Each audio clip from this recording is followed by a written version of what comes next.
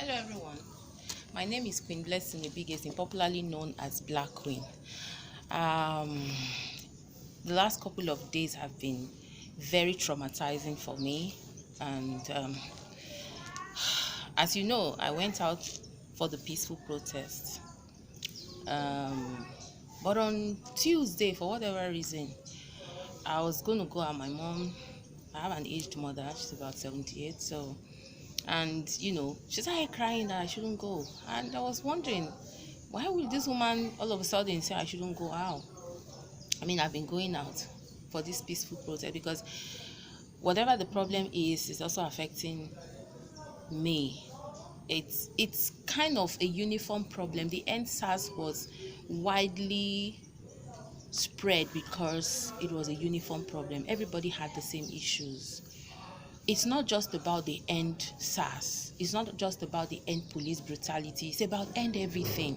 Bad governance. So many things are happening in this country. Most of our leaders, like 95% of our leaders, don't care. And that's the truth. It's not just about the president. It's about everyone in government. And it's high time we begin to hold these people accountable. We voted for them. Well, so that Tuesday, when she started acting up, I decided to stay home. And later in the day, the governor announced the curfew. And where I live in Anabule, like a village, Owode Onire, when you're going to my 12 area. And people who know this area knows that the hold up in this area is premium, it's epic. Especially now that they're fixing the road, so we're all stuck in one lane all the time. So sometimes you see some crazy drivers who would know that this is one lane that everybody is using, the same one lane, but someone coming from the front or someone coming from this thing is using the same lane. They will just come and just block it. Then people will just spend another 30 minutes dragging who goes first.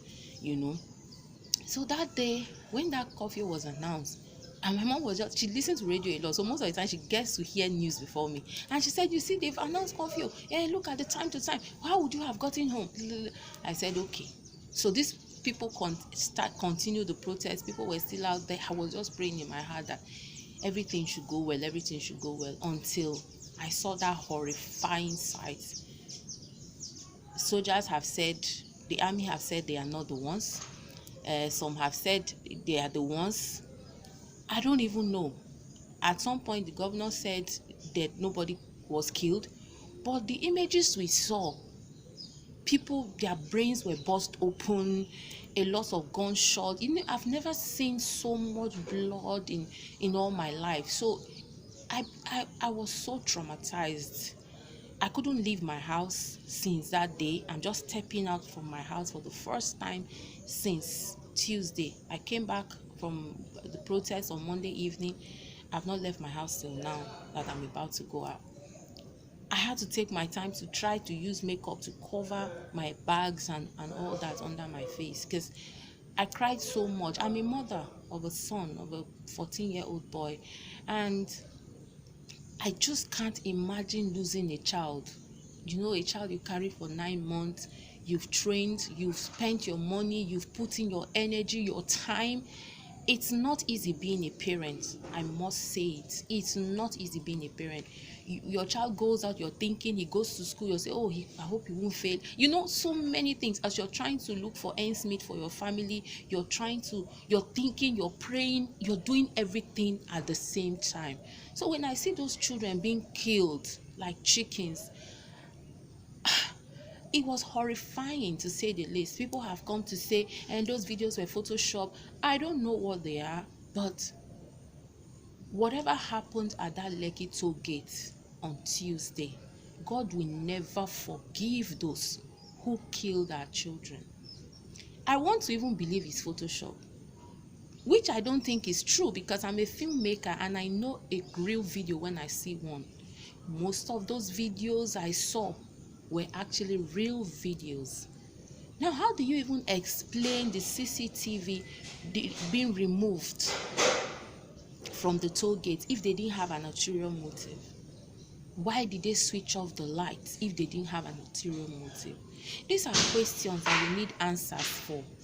And the truth of the matter is that when the president came out to talk, since this whole protest started, I've always prayed and wished that the president comes out to say something so that he can calm the nerves of the youth, you get. But when he finally did, I was left speechless, to say the least.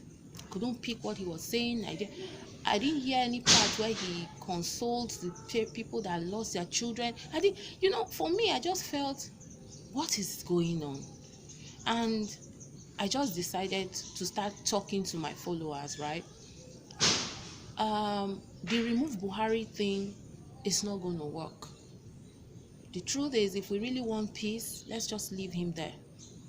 Let's try as much as we can to get our PVCs. What we need, the movement must continue. Get yourself involved in groups, advocacy groups. Get yourself involved. Get to know what is going on in the country. Get to know your leaders, especially those ones at the grassroots. Get your PVCs. For those of you who think you can rule Nigeria or be a part of leadership in Nigeria, get your acts together. Let us come out en masse and vote someone that will listen to us in 2023. Right now, we are in this one chance. It's a one chance, and trust me, it's still 2023. Anybody looking for something otherwise is just going to get killed. And the truth of the matter is that people always say that when they kill person for Nigeria, nothing they happen. We even seen video where a lot of uniform people will say, I go just waste you, nothing will happen. And truly, is anything happening?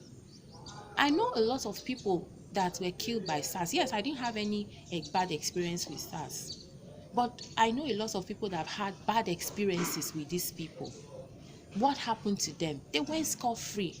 Now they've said they've set up panels to probe these people, to check their SSCs and, find them for that. But the truth of the matter is, I don't see it going anywhere. So rather than go out there and get killed, we have spoken, our voice was heard. If this government knows what they are doing, they should begin to implement those things that we say we want. Now, let me bring us back again to the same week that just passed. A lot of things happened. I just saw videos of a lot of warehouses being burst open for palliatives. Now, if government is not wicked, if our leaders are not wicked, why would they hoard those palliatives that were meant for old people, that were meant for poor people? There's a lot of poverty in the land, there is hunger in the land, and you stock the warehouse to the brim in every state without sharing this palliative for people to eat. I saw videos where Gary were already spoiled. I don't know, what were you thinking keeping Gary and you expect it not to spoil? Gary, I should have brought out for people to eat. You kept it there and people were and I said I don't blame those people busting those warehouses open. The food belongs to them. These things were donated by individuals, people donated from different countries and individuals, both in and out of Nigeria, for people that needs it to eat. And then you kept it in warehouses in almost all the 36 states. Now, some people were telling me that the governor feel no know. I don't care if the governor does not know, because if the governor is really doing his job, he will know that warehouses are still filled up to the brim. Because I believe that he won't go sharing palliative by himself. He's supposed to set up committees that are going to share this palliative. So what he should do now, knowing that this palliative were hidden somewhere and were not shared, is to sanction all those people